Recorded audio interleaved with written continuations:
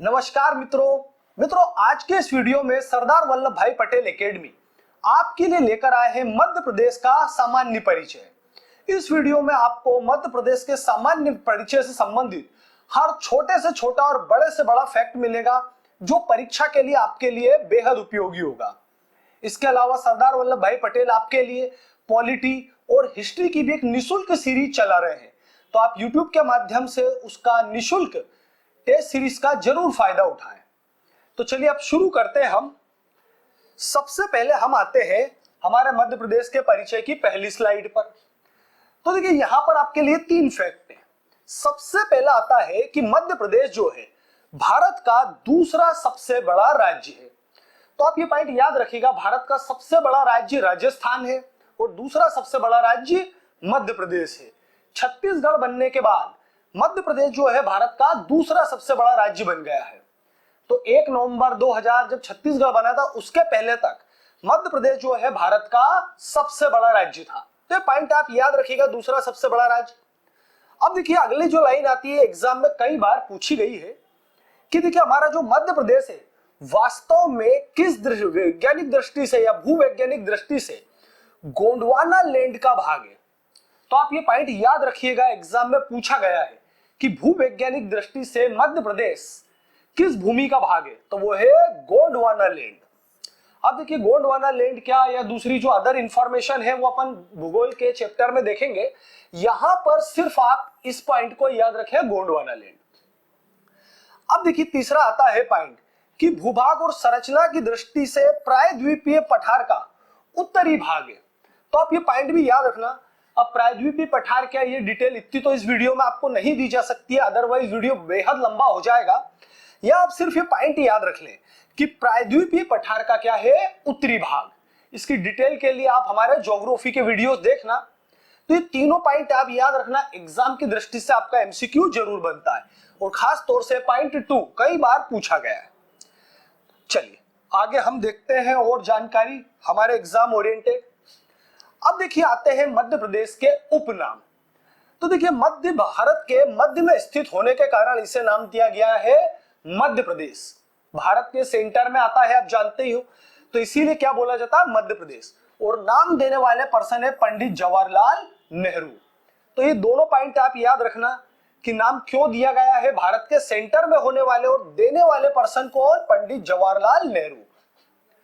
अब देखिए हमारे इसके अलावा भी मध्य प्रदेश के कई उपनाम बने हैं। सबसे पहला आता है टाइगर स्टेट। चूंकि भारत में सबसे ज्यादा टाइगर्स की संख्या मध्य प्रदेश में ही है, इसीलिए क्या बोला जाता है, टाइगर स्टेट। सोयाबीन प्रदेश, ये ध्यान रखेगा। हृदय प्रदेश, नदियों का मायका, लघु भारत, उच्च भूमियों का प्रदेश, कोहिनूर स्टेट, तेंदुआ प्रदेश। तो ध्यान रखिएगा तेंदुआ प्रदेश के लिए हाल ही में मध्य प्रदेश को यह नाम मिला है, क्योंकि आज की तारीख में भारत में सबसे ज्यादा तेंदुओं की संख्या कहां हो चुकी है, मध्य प्रदेश में। तो ये पॉइंट याद रखिएगा। फिर आता है सोलर स्टेट। तो रीवा में Rewa ultra mega solar project खोला गया है, इसलिए अब नया नाम क्या मिल गया है, सोलर स्टेट। फिर सेंट्रल प्रोविंस एंड बरार। तो ध्यान रखिएगा, आप ये सभी नाम याद रखिएगा, ये एग्जाम में आते रहते हैं। अब आपको थोड़ा समझाने के लिए लेपर्ड या तेंदुआ और चीते का फोटो भी दिया है। देखिए ये है चीते के शरीर पर जो है कैसे होता है, गोल जैसे धब्बे होंगे, ये जैसे आप देखें लेपर्ड के, और बाघ के शरीर पर क्या होती है, लंबी पट्टियां।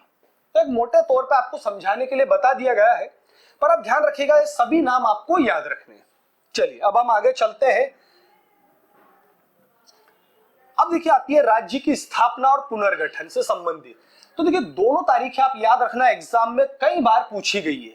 सबसे पहले आता है मध्य प्रदेश की स्थापना 1 नवंबर 1956। तो ये डेट याद रखिएगा, एग्जाम में कई बार पूछा गया है।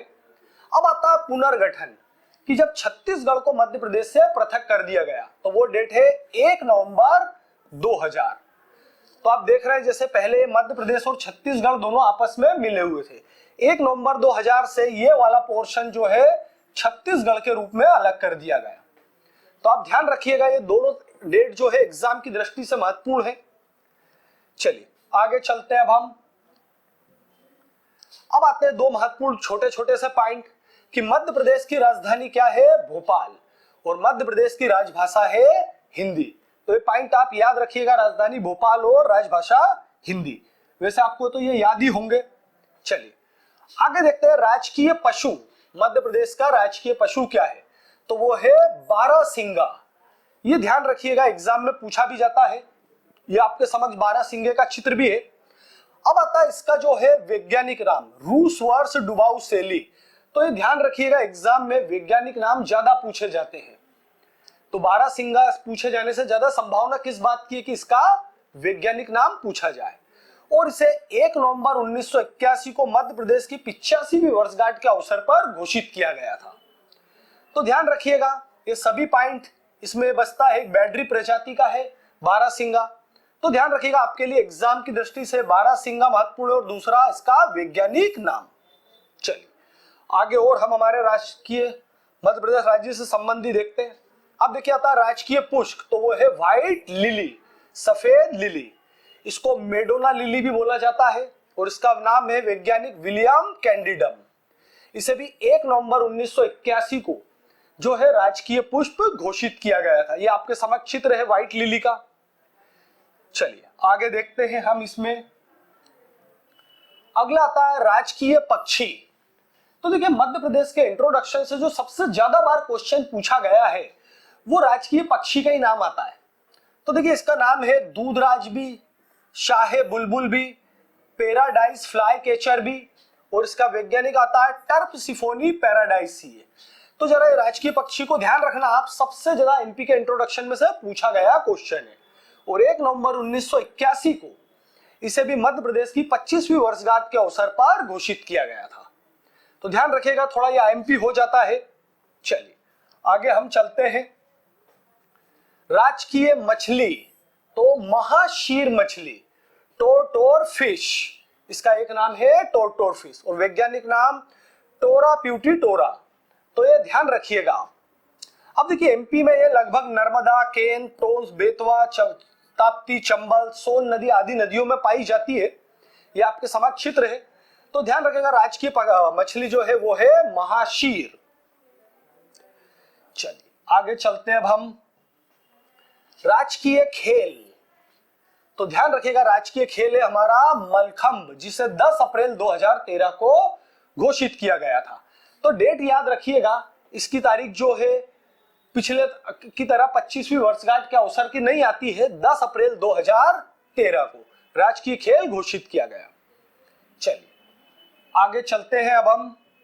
राजकीय नाट्य, नाटक, तो वो है मार्च, या इसे माचा भी बोला जाता है। तो ध्यान रखिएगा राजकीय नाट्य भी महत्वपूर्ण है, मार्च। आगे चलते हैं। अब आता है राजकीय नृत्य, तो वो है राई, जो कि हमारे मध्य प्रदेश के बुंदेलखंड क्षेत्र से संबंधित है। तो ये एक आपके सामने छोटा सा चित्र है राई नृत्य के आयोजन का होते हुए। तो ध्यान रखिएगा राजकीय नृत्य है राई, जो कि बुंदेलखंड क्षेत्र से संबंधित है। चलिए आगे चलते हैं। राजकीय फसल, तो वो है सोयाबीन। ये आपके समक्ष सभी वेराइटीज के चित्र हैं, कली अवस्था में, उत्पादन अवस्था में। तो ग्लाइसिन मैक्स, चूंकि भारत का सबसे ज्यादा प्रोडक्शन सोयाबीन का मध्य प्रदेश में होता है, इसीलिए क्या बोला जाता है, सोयाबीन स्टेट। और ये हमारी राजकीय फसल भी है। चलिए आगे चलते हैं अब हम। राजकीय वृक्ष, तो बरगद का वृक्ष है, जिसे वट वृक्ष भी कहा जाता है। वैज्ञानिक नाम याद रखिएगा, फिकस बेंथेलिस। तो ये ध्यान रखिएगा, हमारा राजकीय वृक्ष क्या है, बरगद, और यही भारत का भी राजकीय वृक्ष है, फिकस बेंथेलिस। चल आगे चलते हैं अब हम। अब आता है राजकीय फल या राष्ट्रीय फल। तो ध्यान रखिएगा दोनों एक ही है, राष्ट्रीय फल भी आम है और राजकीय फल भी क्या है, आम, मैंगीफेरा इंडिका। तो ध्यान रखिएगा हमारा राजकीय फल भी क्या है, आम है। आगे चलते हैं अब हम। राजकीय प्रतीक, तो वो है सांची स्तूप। ध्यान रखिएगा राजकीय प्रतीक, राजकीय चिन्ह हमारा क्या है, सांची स्तूप। ये 200 रुपए के नोट पर अंकित है, आप जानते होंगे। चलिए आगे देखते हैं अब हम। हाँ, राजकीय मिठाई, तो वो है जलेबी। राजकीय मिठाई हमारी आती है जलेबी। मध्य प्रदेश की राष्ट्रीय राजकीय मिठाई जलेबी। चलिए अब आगे हमारा आता है मध्य प्रदेश का राजकीय गान। तो इसका हेडिंग है अपना मध्य प्रदेश के नाम से स्टार्ट होता है। ये आपके सामने पूरा मध्य प्रदेश का राजकीय गान लिखा है। इसमें एक दो फैक्ट्स और याद रखना। गायक है इसके शांतनु मुखर्जी, जिन्हें क्या बोला जाता है, शान। प्रसिद्ध प्लेबैक सिंगर है। ये आपके समक्ष शान जी का चित्र भी है। अब देखिए इसके लेखक है महेश श्रीवास्तव, तो नाम याद रखिएगा। अब देखिए संगीतकार यहाँ लिखा है सुनील झा। वैसे आदेश श्रीवास्तव और भी कई लोगों ने मध्य प्रदेश के राजकीय गान को संगीतबद्ध किया है। तो वैसे दो नाम याद रखिएगा, शान या शांतनु मुखर्जी और लेखक महेश श्रीवास्तव। महेश श्रीवास्तव के नाम को थोड़ा फोकस ध्यान करिएगा, ये एग्जाम में पूछा गया है। चलिए आगे चलते हैं। अब हम हमारे राजकीय चिन्ह की तरफ चलते हैं। तो ये हमारा राजकीय चिन्ह है, मैं आपको एक्सप्लेन कर देता हूं। देखिए चिन्ह में सबसे बाहर 24 स्तूप आकृति है। तो ये आप ये लाल कलर के स्तूप देख रहे हैं, ये जो है ये क्या इस तरह के 24 स्तूप आकृति बनी हुई है। फिर इसके बाद एक वृत्त है, आप ये गोल सर्कल देख रहे हैं येलो कलर का।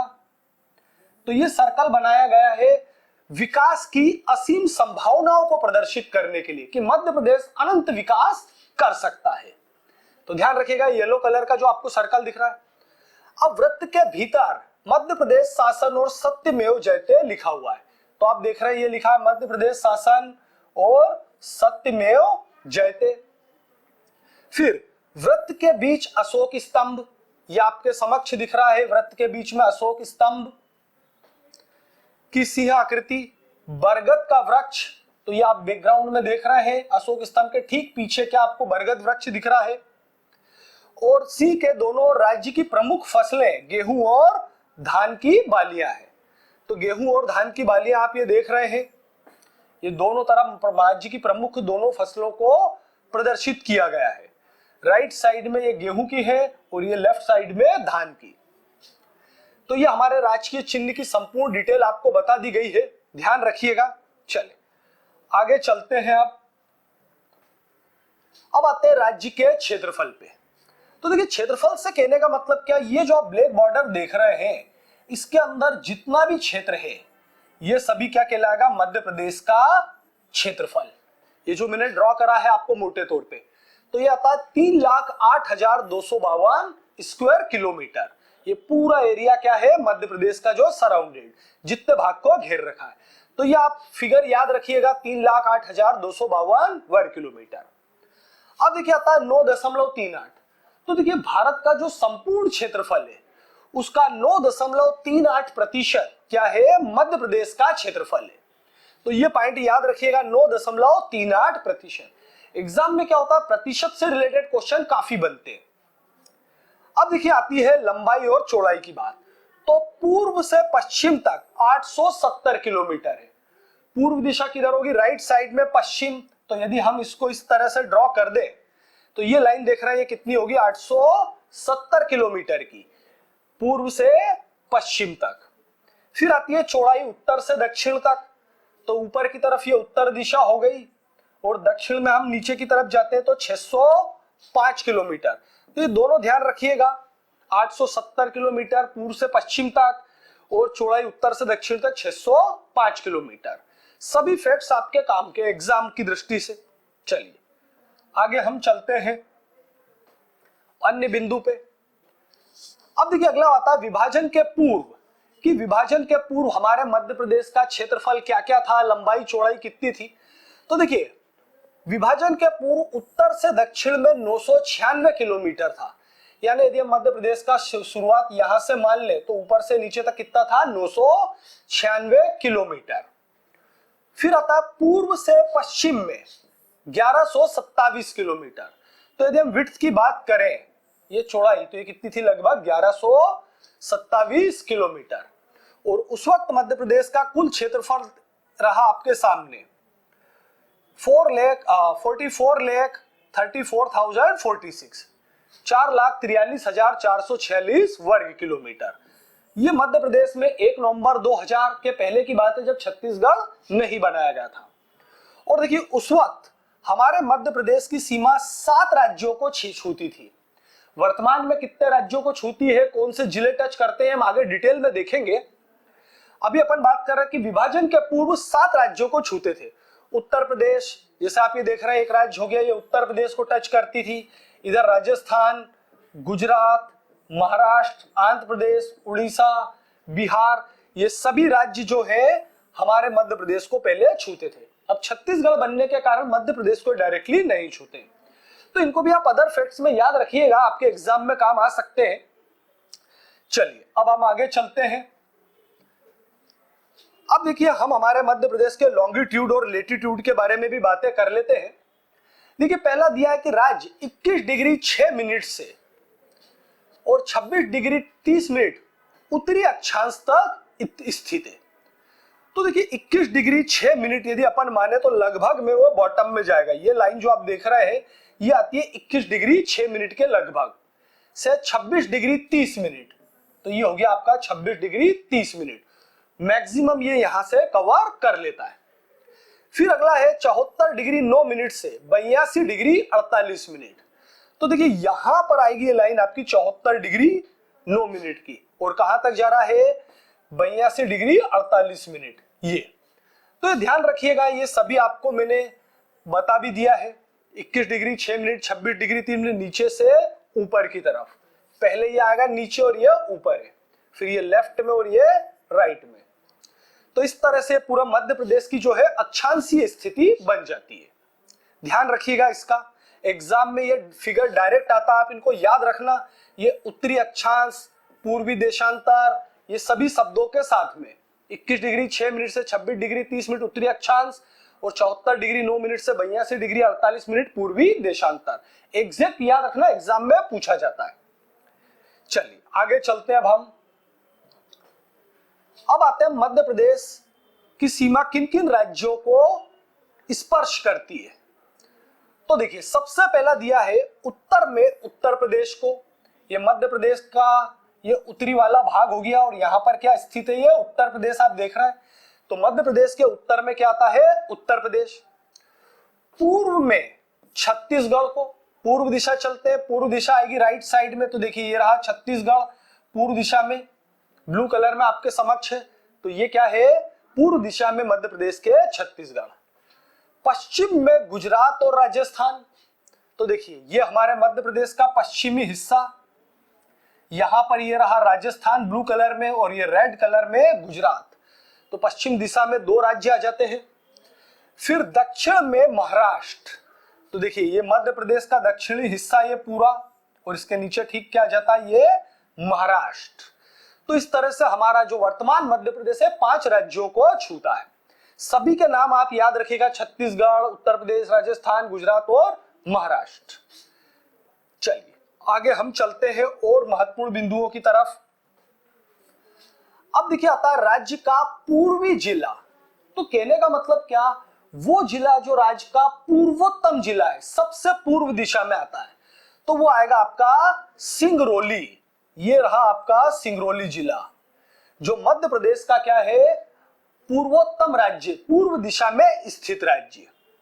फिर दूसरा आता है देखिए पश्चिमी जिला अलीराजपुर, जो सबसे ज्यादा पश्चिम में आता है, वो क्या हो गया, ये अलीराजपुर।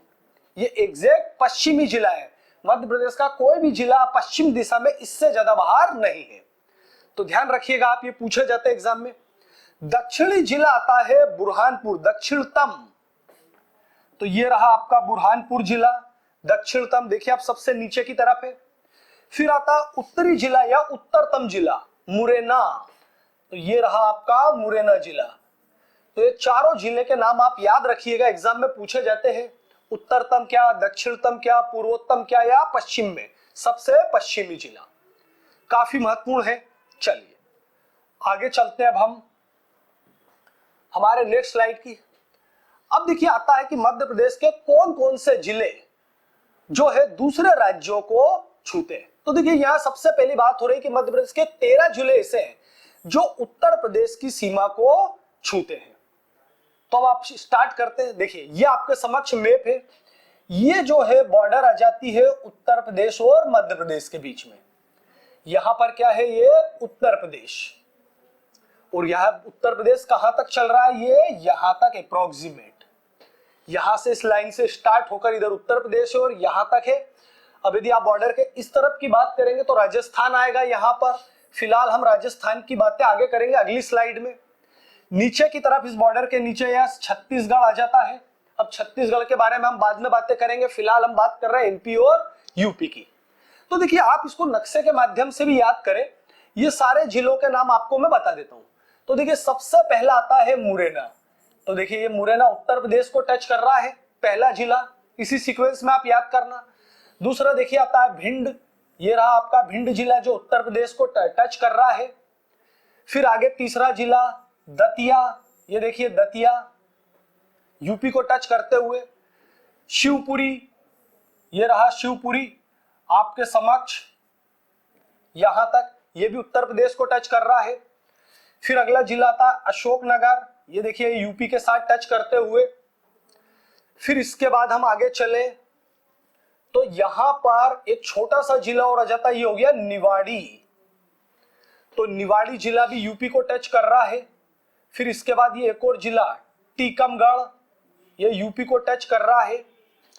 फिर इसके बाद ये सागर जिला मध्य प्रदेश से का जिला जो यूपी को टच कर रहा है। फिर आगे चले हम, ये हो जाता है हमारा छतरपुर जिला उत्तर प्रदेश को टच करते हुए। फिर और आगे सतना जो कि उत्तर प्रदेश को टच कर रहा है। देन रीवा उत्तर प्रदेश को टच करते हुए। Then finally Singrauli. तो ये 13 जिले जो है मध्य प्रदेश के उत्तर प्रदेश को स्पर्श करते हैं। अब देखिए बहुत ही कॉन्ट्राडिक्ट आता है, यदि आप मैप में देखें तो आपको ऐसा लगेगा कि सीधी जिला शायद यहां पे टच कर रहा है यूपी को, पर देखिए मैंने आपको साफ साफ बता दिया है कि भारत सरकार के अनुसार सीधी जिले की कोई भी सीमा उत्तर प्रदेश को स्पर्श नहीं करती है। जिन जिन जिलों के नाम गिनाए हैं यही है। हाँ मैप में जरूर आपको कुछ देखकर ऐसा कंफ्यूजन हो सकता है, पर चूंकि गवर्नमेंट ऑफ इंडिया नहीं मानती है तो आपको भी यही पढ़ना है। तो ये सारे जिले मध्य प्रदेश के जो यूपी को टच करते हैं आपको बता दिए गए हैं। चलिए अब हम आगे चलते हैं, अगले राज्य और जिलों के बारे में बातें करते हैं। अब देखिए बताया कि उत्तर प्रदेश के कौन कौन से जिले हैं जो मध्य प्रदेश को टच करते हैं। तो आपके समक्ष जो है ये यूपी का नक्शा है पूरी तरह से, और ये रहा मध्य प्रदेश। ये रेड कलर की बॉर्डर में आपके बना देता हूं, ये मध्य प्रदेश आ रहा है। तो हम यह सभी जिलों के नाम देखते चलेंगे, स्टार्ट करते हैं। तो देखिए सबसे पहला आता है आगरा। ये इतने हिस्से में कौन सा आता है, आगरा जिला यूपी का जो है मध्य प्रदेश को टच करते हुए। दूसरा आता है आगरा के बाद में इटावा, तो ये रहा इटावा जिला, यहां तक इटावा जिला मध्य प्रदेश को टच करता है। फिर इसके बाद में आगे चले तो जालौन, ये रहा आपका जालौन, यहां से यहां तक मध्य प्रदेश को स्पर्श करते हुए। मैं आपके समक्ष एक बॉर्डर बना देता हूं। फिर इसके बाद अगला जिला आ जाता है झांसी, ये रहा आपका झांसी जिला, लगभग ये यहां तक टच कर रहा है झांसी जिला। फिर इसके बाद नेक्स्ट उत्तर ललितपुर, तो ये रहा आपका ललितपुर जिला, ये इस तरह से पूरी तरह से 3 साइड से मध्य प्रदेश से ये घिरा हुआ है। फिर देखिए यहां पर वापस से झांसी जिला आ जाता है लगभग यहां तक। तो झांसी जिले की हम बात कर चुके। अगला हम देखते देखिए महोबा, तो ये रहा महोबा जिला, ये यहां से यहां तक क्या होता है यूपी का वो जिला जो मध्य प्रदेश को टच करता है, महोबा। फिर अगला जिला आता है बांदा, ये आप देख रहे हैं यहां तक जो है आपका बांदा जिला आ गया है। फिर इसके बाद अगला आता है चित्रकूट, तो ये यहां तक चित्रकूट जिला उत्तर प्रदेश का जो एमपी को टच करता है। फिर आता अगला प्रयागराज जिला, तो आपके समक्ष ये प्रयागराज जिला दिया हुआ है उत्तर प्रदेश का जो एमपी को टच करता है। फिर देन फाइनली मिर्जापुर, यहां तक हो गया मिर्जापुर जिला। एंड देन सोनभद्र, ये आपके समक्ष सोनभद्र। तो देखिए मैंने आपको एग्जैक्ट ओरिजिनल नक्शे के माध्यम से ही बताया है, इसमें कई जगह पर लेके अलग अलग कंफ्यूजन थे, तो मैंने आपके सामने मैप के माध्यम से इसीलिए बताया है, ये ओरिजिनल गवर्नमेंट ऑफ इंडिया के नक्शे लेके, कि आपको किसी जिले से रिलेटेड कोई कंफ्यूजन ना रहे कि सर ये पर्टिकुलर जिला छूता है या नहीं छूता है। काफी सारे कंफ्यूजन थे, इसीलिए ड्रॉ करा गया है। तो बस ये इतने ही जिले जो है उत्तर प्रदेश के जो है मध्य प्रदेश को छूते हैं। अब एक छोटा सा ध्यान रखना है, सोनभद्र जिला ये उत्तर प्रदेश में है, लेकिन ये भारत का एकमात्र ऐसा जिला है जो बिहार को, छत्तीसगढ़ को, झारखंड को और मध्य प्रदेश चार राज्यों को एक साथ छूता है। तो ये सोनभद्र की विशेषता है जो यूपी में आता है। चलिए हम आगे चलते हैं अब हमारी नेक्स्ट स्लाइड की तरफ। अब आते हैं, देखिए मध्य प्रदेश के ऐसे कौन कौन से जिले हैं जो राजस्थान को स्पर्श करते हैं। तो ये भी मैंने आपको नक्शे के माध्यम से लिया ही है, जिससे कि कोई कंफ्यूजन ना रहे। अब देखिए, जैसा हम बात कर भी चुके थे, ये जो है एमपी और राजस्थान की बॉर्डर हो गई। यहां पर क्या है, राजस्थान। अभी हम बात कर रहे थे इस तरफ क्या आता है, यूपी। ठीक है, ध्यान रखिएगा। और उसके बाद ये यहां तक राजस्थान की सीमा है जो मध्य प्रदेश को टच करती है, ये रेड पॉइंट से इस रेड पॉइंट तक। अब देख लेते हैं कौन कौन से ऐसे जिले हैं मध्य प्रदेश के जो राजस्थान को छूते हैं। तो सबसे पहला आ रहा है मुरैना। अब देखिए, मुरैना देख के आप कंफ्यूज मत होना कि सर अभी तो आपने यूपी में भी गिनाया था। देखिए, मध्य प्रदेश के कुछ ऐसे जिले भी है जो एक साथ दो अलग अलग राज्यों को स्पर्श करते हैं। वैसे उसके लिए मैंने अलग से स्लाइड बनाई हुई है, मैं आपको अगली स्लाइड्स में उसको भी एक्सप्लेन कर दूंगा। अभी आप फिलहाल याद रखें कि मुरैना जो है वो राजस्थान को भी छूता है। फिर देखिए, इसके बाद आता है श्योपुर, यहां तक। फिर इसके बाद शिवपुरी, ये यहां तक आपका शिवपुरी ले ले। देन इसके बाद ये गुना जिला संपूर्ण, यहां तक गुना जिला जो राजस्थान को छूता है। फिर इसके बाद ये राजगढ़, जिसे सामान्यतः राजगढ़ ब्यावरा बोला जाता है। फिर इसके बाद आगर मालवा, यहां तक हो गया ये आगर मालवा। फिर इसके बाद ये मंदसौर, यहां तक ये मंदसौर जिला। फिर देन इसके बाद नीमच, जो लगभग तीन तरफ से राजस्थान से घिरा हुआ है। यह क्वेश्चन भी एग्जाम में पूछा गया है कि मध्य प्रदेश का ऐसा कौन सा जिला है जो तीन तरफ से मध्य प्रदेश राजस्थान से घिरा हुआ है, तो नीमच। फिर इसके बाद देखिए, यहां ये हो गया ब्लू कलर में आपका अलीराजपुर, सॉरी रतलाम जिला, ये हो गया रतलाम। And then Jhabua. तो ये ध्यान रखिएगा, सभी जिले जो है राजस्थान की सीमा को छूते। ये आपके समक्ष अलग से मैंने नाम ले दिए। कुछ कंफ्यूजन रहता है, इसीलिए मैं आपसे मैप की मदद से बता रहा हूं, क्योंकि अलग अलग बुक्स में कुछ जानकारी में काफी कंफ्यूजन है। तो गवर्नमेंट ऑफ इंडिया के ओरिजिनल मैप है ये लेटेस्ट वाले, उसी के अनुसार मैंने आपको बताया है। चलिए हम आगे चलते हैं। अब देखिए, हमारा अगला आता है कि राजस्थान के ऐसे कौन से जिले जो मध्य प्रदेश को छूते हैं। राजस्थान के वो सारे जिले जो एमपी को टच करते हैं। तो देखिए, अपन स्टार्ट करते हैं। हमारा ये राजस्थान का हमने पूरा मैप नहीं लिया है, सिर्फ कुछ ही पार्ट आपको समझाने की दृष्टि से लिया गया है। यहां पर ये आप देख रहे हैं, ये एमपी की बॉर्डर है। मुरैना जिला आता है टॉप की तरफ, है ना। यहां से चलते हुए यदि हम बात करें तो ये छोटा सा एक बिंदु यहां पर जो है राजस्थान का आता है, ये बिल्कुल बॉटम में। अब देखिए, हम स्टार्ट करते हैं, चलिए यहीं से स्टार्ट कर लेते हैं। सबसे पहला जिला जो राजस्थान का हमारा टच करेगा वो क्या है, बांसवाड़ा। राजस्थान का बांसवाड़ा जिला मध्य प्रदेश को स्पर्श करता है, ये यहां आपके समक्ष बना दिया। अब देखिए, आगे चलते हैं। दूसरा जिला आता है प्रतापगढ़, ये आपके समक्ष प्रतापगढ़ बनाया गया है। यहां तक क्या है, प्रतापगढ़ जिला राजस्थान का जो है मध्य प्रदेश को छूता है। अब आगे ध्यान से सुनिएगा, थोड़ा सा कंफ्यूजन आता है। अब देखिए, यहां से आता है नेक्स्ट तीसरा जिला चित्तौड़गढ़, यहां तक चित्तौड़गढ़ मध्य प्रदेश को छूता है। इसके अलावा ये जो आप पिंक एरिया देख रहे हैं, ये भी क्या है, चित्तौड़गढ़ का है। पर बीच में थोड़ा सा हिस्सा बच गया, यहां पर आप देखें तो ये जो व्हाइट व्हाइट है, तो देखिए ये मध्य प्रदेश ही है।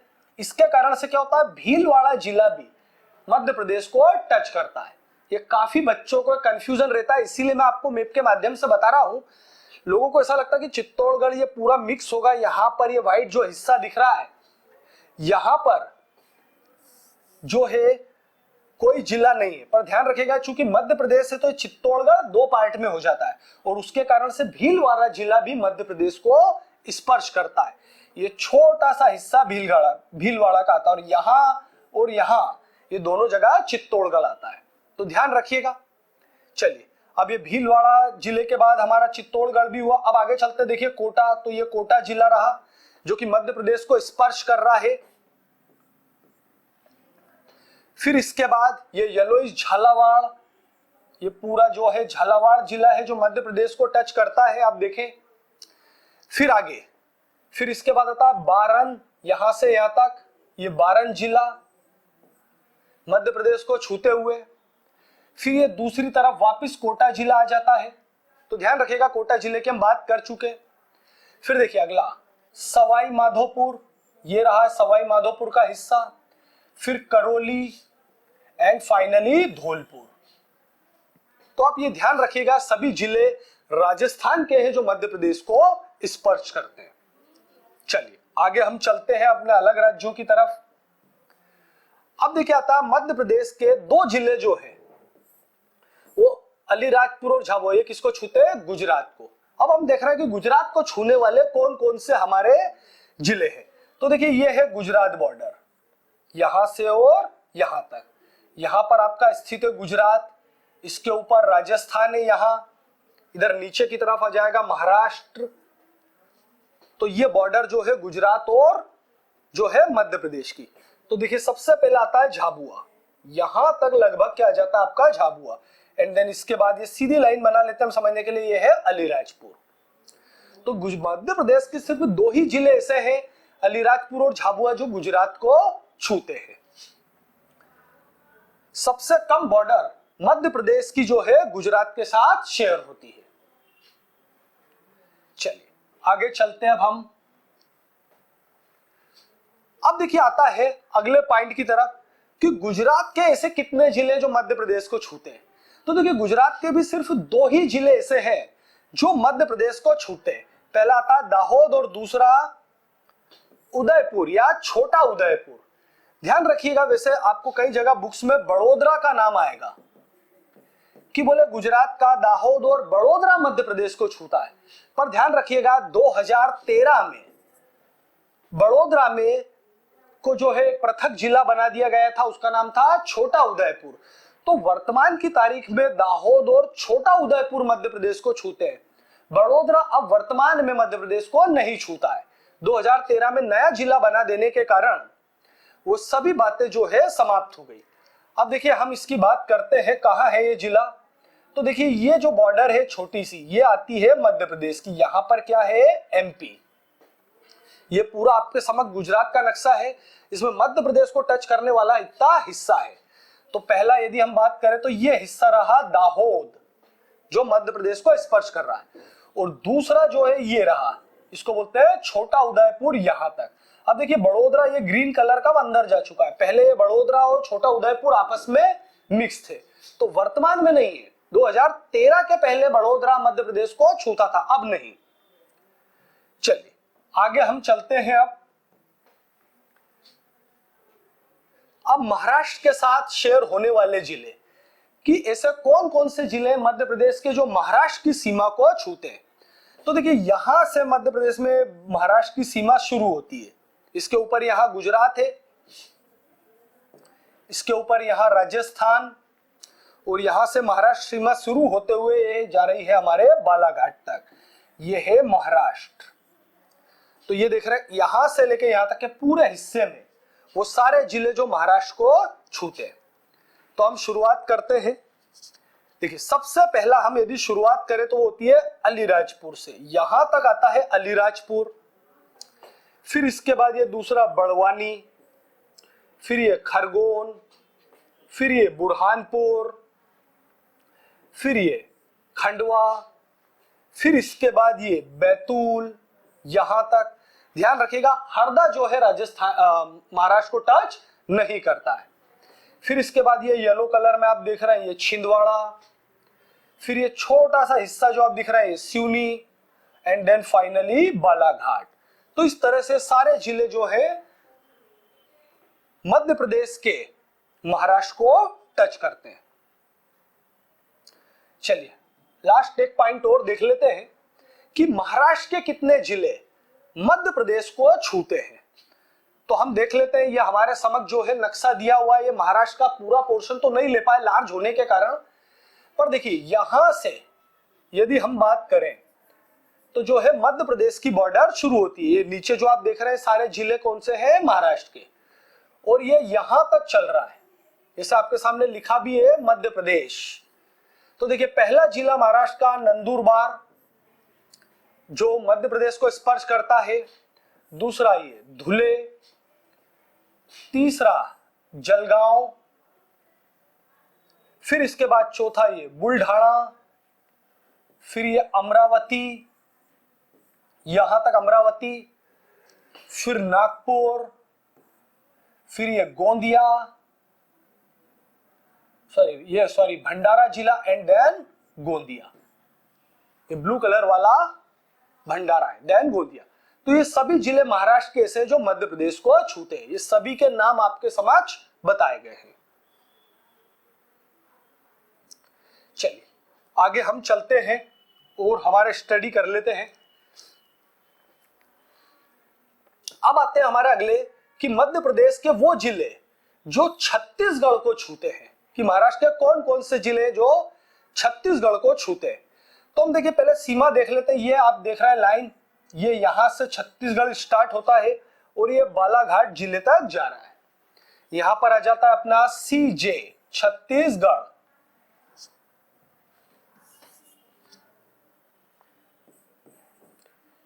तो देखिए स्टार्ट करते हैं हम। सबसे पहला आता है सिंगरौली। सिंगरौली जो है ये पहला ऐसा जिला है जो छत्तीसगढ़ को टच करता है। फिर सीधी दूसरा जिला हमारे सामने आ रहा है। देन तीसरा ये शहडोल यहां तक, फिर अनूपपुर, ये यहां तक हो गया अनूपपुर, फिर ये डिंडोरी, फिर इसके बाद Mandla and then finally Balaghat. तो ये सभी जिले मध्य प्रदेश के जो है छत्तीसगढ़ को छूते हैं। तो सभी के नाम और संख्या याद रखिएगा। चलिए आगे चलते हैं। अब आते हैं देखिए कि छत्तीसगढ़ के ऐसे कौन कौन से जिले हैं जो मध्य प्रदेश को छूते हैं। तो आपके समक्ष मध्य प्रदेश छत्तीसगढ़ का नक्शा दिया है। तो पहले हम नीचे की बॉर्डर से बात कर लेते हैं। देखिए ये रहा हमारा मध्य प्रदेश, जैसा आपको इंडिकेट भी किया है। मध्य प्रदेश स्टार्ट हो रहा है ये नीचे की तरफ महाराष्ट्र, और यहां पर ये रही मध्य प्रदेश और छत्तीसगढ़ की सीमा।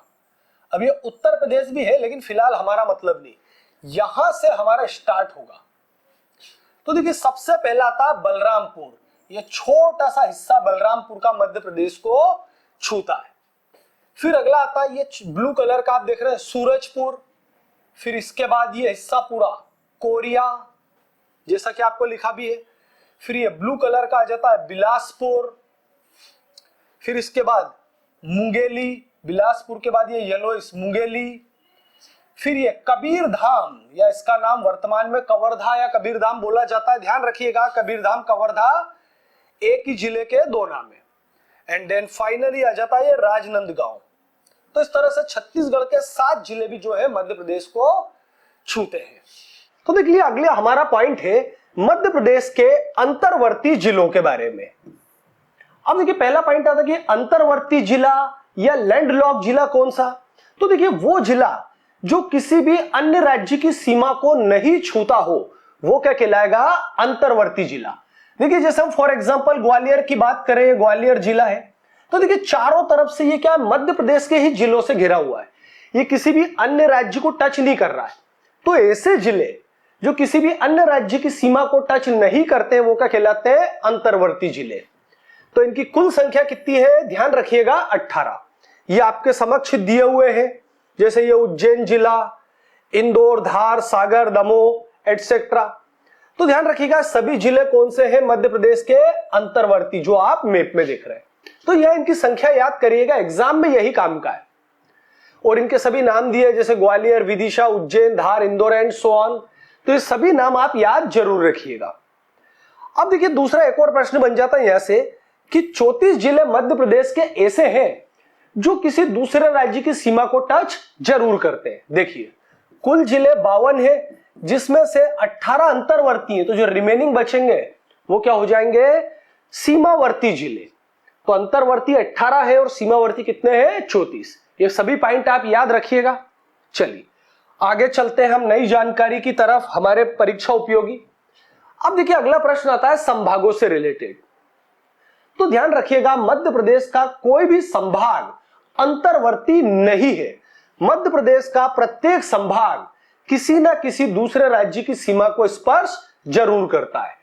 इसे आप जानते हैं मध्य प्रदेश में 10 संभाग है, तो सभी किसी ना किसी दूसरे राज्य की सीमा को टच जरूर करते हैं। मध्य प्रदेश में कोई भी अंतर्वर्ती संभाग नहीं है। चलिए आगे चलते हैं, अब हम नई जानकारी देखते हैं। अब देखिए अगला प्रश्न आता है कि मध्य प्रदेश के ऐसे कौन कौन से जिले हैं जो एक साथ 2 अलग अलग राज्यों की सीमाओं को टच करते हैं। तो हम स्टार्ट करते हैं, देख लेते हैं सभी। देखिए यहां ऊपर से ही स्टार्ट करते हैं। ये आप देख रहे हैं, ये बॉर्डर है, इस तरफ ये राजस्थान है और इस तरफ उत्तर प्रदेश। तो हमारे राज्य का जो मुरैना जिला है, ये एक ऐसा जिला है जो एक साथ 2 राज्यों को, राजस्थान और उत्तर प्रदेश को स्पर्श करता है। तो आप ध्यान रखिएगा मुरैना जिला।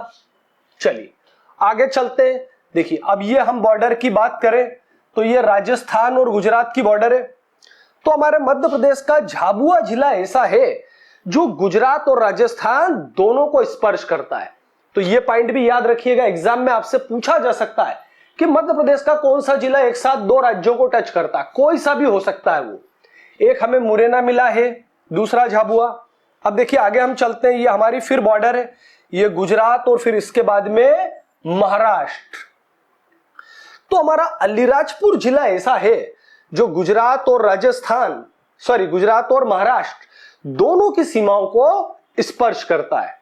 तो ध्यान रखिएगा ये हमारा तीसरे जिले के रूप में।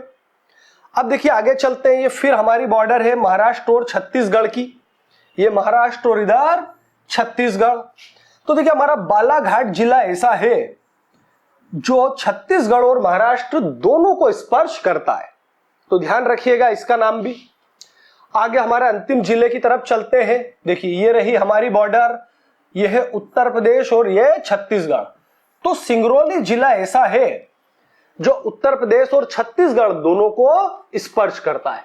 तो ये सभी जिलों के नाम आप याद रखिएगा, मुरैना, झाबुआ, इसके अलावा अलीराजपुर, बालाघाट, सिंगरौली। अब देखिए इसके अलावा हम आगे चलते हैं, जैसे हम बात करें शिवपुरी की, ये बीच में आता है हमारा शिवपुरी जिला। तो आप देख रहे हैं इस तरफ शिवपुरी जिला किसको टच कर रहा है, राजस्थान को, और दूसरी तरफ टच कर रहा है उत्तर प्रदेश को। तो आप ये ध्यान रखेगा शिवपुरी भी हो गया।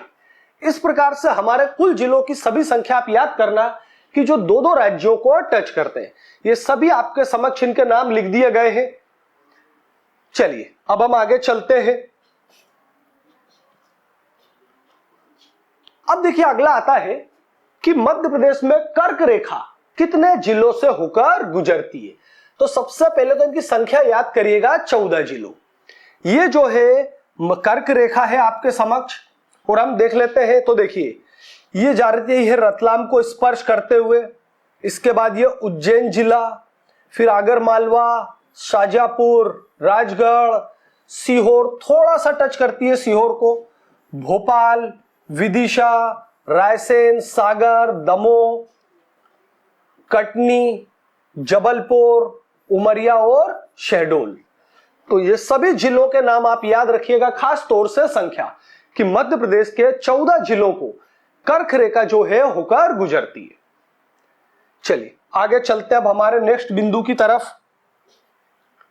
अब आती है देखिए मध्याह्न रेखा, है ना, प्राइम मेरिडियन, जिसकी वैल्यू होती है 82 डिग्री 50 मिनट, 82 इंटीजर 1/2। तो देखिए ये जो है मध्य प्रदेश के एकमात्र जिले सिंगरौली से होकर निकलती है। ये हमारे मध्य प्रदेश का जिला है सिंगरौली, पूर्वोत्तम जिला, और ये है मानक मध्यान्ह रेखा। तो ये जो है मध्य प्रदेश के एकमात्र सिंगरौली जिले से होकर निकलती है। तो ध्यान रखिएगा, जिले का नाम आपसे जरूर पूछा जा सकता है। चलिए अब हम आगे देखते हैं और नई जानकारी इसी तरह की। अब देखिए हमारे राज्य की विधानसभा के बारे में हम बात करते हैं। तो देखिए हमारे राज्य में मध्य प्रदेश में कुल 230 सीटों पर मध्य प्रदेश विधानसभा के लिए चुनाव होते हैं। यानी ऐसा कहें आप 230 और +1 सीट है, ये 230 पर चुनाव होते हैं। अब देखिए +1 का मतलब क्या है? देखिए एक सीट जो है ये एंग्लो इंडियन के लिए आरक्षित होती है। इसके ऊपर राज्यपाल महोदय द्वारा किसी एंग्लो इंडियन व्यक्ति को डायरेक्ट अपॉइंट किया जाता है, ये चुनाव नहीं लड़ते। अभी मैं आपको शॉर्ट में बता देता हूं एंग्लो इंडियन क्या। तो देखिए एंग्लो इंडियन का मतलब होता है वो व्यक्ति जिसके पेरेंट्स में से, माता पिता में से एक कोई भारतीय हो और एक कोई ब्रिटिशर्स, तो उनकी संतान क्या कहलाती है? Anglo Indian. तो ध्यान रखना मध्य प्रदेश में विधानसभा की 230 सीटें हैं और एक एंग्लो इंडियन के लिए आरक्षित। अब देखिए आगे हम एसटी और एससी का आरक्षण देख लेते हैं। तो देखिए विधानसभा में अनुसूचित जाति एससी के लिए 35 सीटें आरक्षित है, 35। ये फिगर याद रखिएगा, आपसे पूछा जाता है। फिर आता अनुसूचित जनजाति यानी एसटी के लिए 47 सीटें आरक्षित है और एक सीट जो होती है वो एंग्लो इंडियन के लिए आरक्षित है। तो ये पॉइंट ध्यान रखिएगा, ये विधानसभा का चित्र है आपके समक्ष। चलिए आगे हम और जानकारी लेते हैं हमारे बारे में, एमपी के बारे में। अब देखिए लोकसभा सीटें, तो मध्य प्रदेश में लोकसभा की सीटें कितनी है? 29 अलग अलग एरिया से चुनाव होते हैं और ये लोग लोकसभा में अपॉइंट होते हैं। अब देखिए इसमें भी आरक्षण देख रहे हैं। अनुसूचित जाति एससी के लिए 4 सीट और अनुसूचित जनजाति के लिए 6 सीट जो है आरक्षित होती है। यहां पर एंग्लो इंडियन का आरक्षण केंद्र सरकार द्वारा दिया जाता है लोकसभा में, राज्य से नहीं। अब देखिए एक बिंदु की ओर हम बात करते हैं। एग्जाम में आजकल क्या होता है, यह भी पूछा जाता है कि कितनी महिला कैंडिडेट लोकसभा या विधानसभा चुनाव में जीती हैं।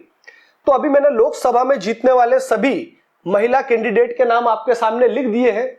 आप परीक्षा की जब तैयारी करें तो ध्यान रखना, महिला मंत्री बने, किसी बड़े पद पर जाती है लोकसभा, विधानसभा या इवन राज्यसभा से, तो आप उनके नाम जरूर याद रखना। अब देखिए पहली महिला कैंडिडेट है संध्या राय जो भिंड जिले से जीती है।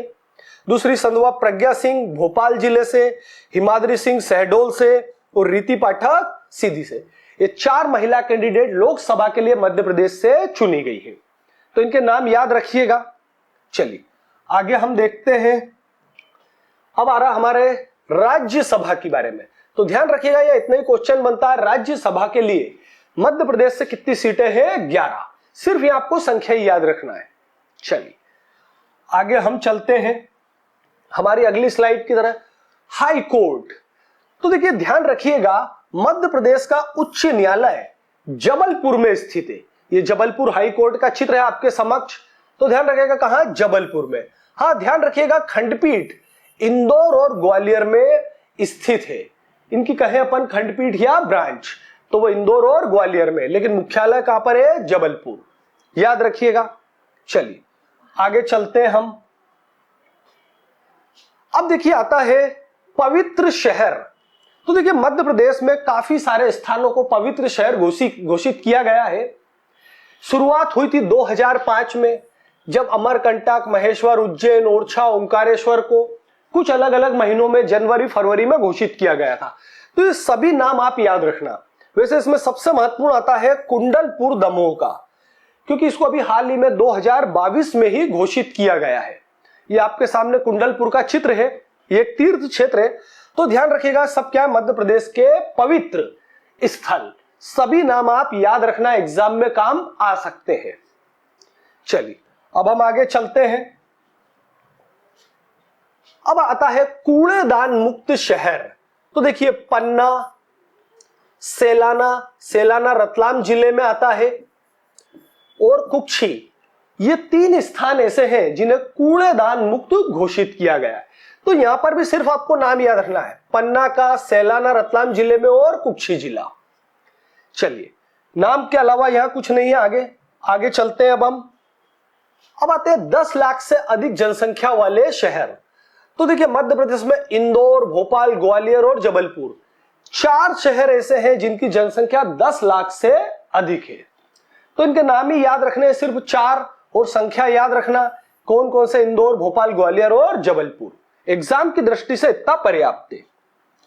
चलिए आगे हम चलते हैं। अब आते हैं, देखिए हम महत्वपूर्ण केंद्र बिंदु देखते हैं पृथ्वी का, अखंड भारत का जो मध्य प्रदेश में स्थित है। तो देखिए सबसे पहला आता है पृथ्वी का केंद्र बिंदु, तो वो कहलाता है मंगलनाथ मंदिर उज्जैन। ये आपके समक्ष मंगलनाथ मंदिर उज्जैन का चित्र है। इसे क्या माना जाता है? संपूर्ण पृथ्वी का केंद्र बिंदु सूर्य की गति के आधार पर। तो ध्यान रखिएगा, ओरिजिनली ये पृथ्वी का केंद्र बिंदु है। यदि हम पृथ्वी को माने तो उसका सेंटर पॉइंट या कहे नाभि कहां आता है? उज्जैन में मंगलनाथ मंदिर। तो ये ध्यान रखिएगा। चलिए अगले केंद्र बिंदु की तरफ हम चलते हैं। अब देखिए बोला गया है अखंड भारत का केंद्र बिंदु, तो आता है बरसाली, बैतूल जिले में। अब अखंड भारत से कहने का मतलब है जब भारत के अंदर पाकिस्तान, अफगानिस्तान और दूसरे कई हिस्से शामिल थे। तो उसका कुछ एग्जैक्ट तो नहीं जानकारी है, पर ध्यान रखिएगा आपके समक्ष बस अखंड भारत का केंद्र बिंदु यदि आपसे पूछा जाए तो आप बरसाली या बैतूल जिला टिक कर देना। जिले का नाम जरूर याद रखना, जिला जरूर पूछा जाता है। यह आपके समक्ष वो ओरिजिनल चित्र है, यही वो बिंदु है जिसे अखंड भारत का केंद्र बिंदु माना जाता है। आधिकारिक रूप से यह आपके समक्ष चित्र दिया गया है। चलिए अगले बिंदु की तरफ चलते हैं। हमारे भारत मध्य प्रदेश में कौन सा स्थित है? अब देखिए आता है अविभाजित भारत का केंद्र बिंदु। 1947 में जब पाकिस्तान और बांग्लादेश नहीं बने थे, वो भारत अविभाजित भारत का केंद्र बिंदु या इसे बोले भौगोलिक केंद्र बिंदु। तो देखिए ये आता है करौंदी नाम का गांव है, करौंदी नाम का गांव ढीमर खेड़ा तहसील है, कटनी जिला है, उस स्थान पर यह पाया गया है। ये जो है आप चित्र देख रहे हैं, ये उसी स्थान पर लगाया गया है। ये करौंदी डैम, केचुआ पहाड़ी करके कोई स्थान आता है, केचुआ पहाड़ी। अब इतनी डिटेल की आपको जरूरत नहीं है, आप ये कटनी जिले का नाम जरूर याद रखना, एग्जाम की दृष्टि से जिला महत्वपूर्ण होता है। ढीमरखेड़ा तहसील, करौंदी ग्राम, केचुआ पहाड़ी आपको बता दिया गया है और ये पॉइंट हो रहा। तो इसे जो है अविभाजित भारत का क्या कहा जाता है? केंद्र बिंदु। अब इसके देखिए खोज करता है एसपी चक्रवर्ती, सिद्धेश्वर प्रसाद चक्रवर्ती। इन्होंने 1956 में राम मनोहर लोहिया के मोटिवेशन से इस बिंदु को खोजा था। राम मनोहर लोहिया जी एक समाज सेवी थे, आपको पता होगा। ये आपके समक्ष जो है एसपी चक्रवर्ती जी का चित्र दिया हुआ है। यही खोज करता है, जबलपुर इंजीनियरिंग कॉलेज के डीन भी रहे हैं भूतपूर्व। तो ध्यान रखिएगा। अब देखिए खोज तो हुई थी 1956 में, 87 में स्मारक का निर्माण करा गया। जो स्मारक आप देख रहे हैं इसका निर्माण कब हुआ था? 1987 में। अब देखिए ये जो बिंदु है इसका अक्षांश और देशांतर रेखाएं देख लेते हैं। तो 23 डिग्री 30 मिनट 48 सेकंड अक्षांश और 80 डिग्री 19 मिनट 53 सेकंड देशांतर पर यह स्थित है। तो ध्यान रखिएगा। बस आपके लिए महत्वपूर्ण बिंदु आता है कटनी, ये जरूर ध्यान रखिएगा, अविभाजित भारत का केंद्र बिंदु। चलिए आगे हम चलते हैं। अब आते देखिए वर्तमान भारत का केंद्र बिंदु। तो वर्तमान भारत का केंद्र बिंदु जो है आज की तारीख में हमारा जो केंद्र बिंदु वो कहता है विदिशा जिले में। तो देखिए यहां पर अभी कोई ऐसा वर्क कंस्ट्रक्शन का काम नहीं करा गया है, कोई पॉइंट बनाया नहीं गया है। बस एस्टीमेट के आधार पर क्या माना जाता है वो कहां पर आता है? विदिशा जिले में, वर्तमान भारत का केंद्र बिंदु। चलिए अगला हमारे लास्ट पॉइंट की तरफ हम चलते हैं। अब देखिए आता है मध्य प्रदेश का केंद्र बिंदु, कि हमारे यदि मध्य प्रदेश का केंद्र बिंदु माना जाए तो वो कहां आएगा? इसको आप ऐसा समझे, यदि हम ऊपर से नीचे की तरफ और लेफ्ट से राइट की तरफ मोड़ दे तो सागर जिले में कहीं केंद्र बिंदु आएगा। तो ध्यान रखिएगा बस मध्य प्रदेश का केंद्र बिंदु कहां पर है? सागर जिले में। यहां पर भी ऐसी कोई बिल्डिंग वगैरह नहीं बनाई गई है, तो आप ध्यान रखिएगा। अब आज के इस वीडियो में इतना ही। यदि यह वीडियो आपको अच्छा लगा हो तो उसको लाइक, शेयर, सब्सक्राइब जरूर करना। आप सभी का बहुत बहुत धन्यवाद।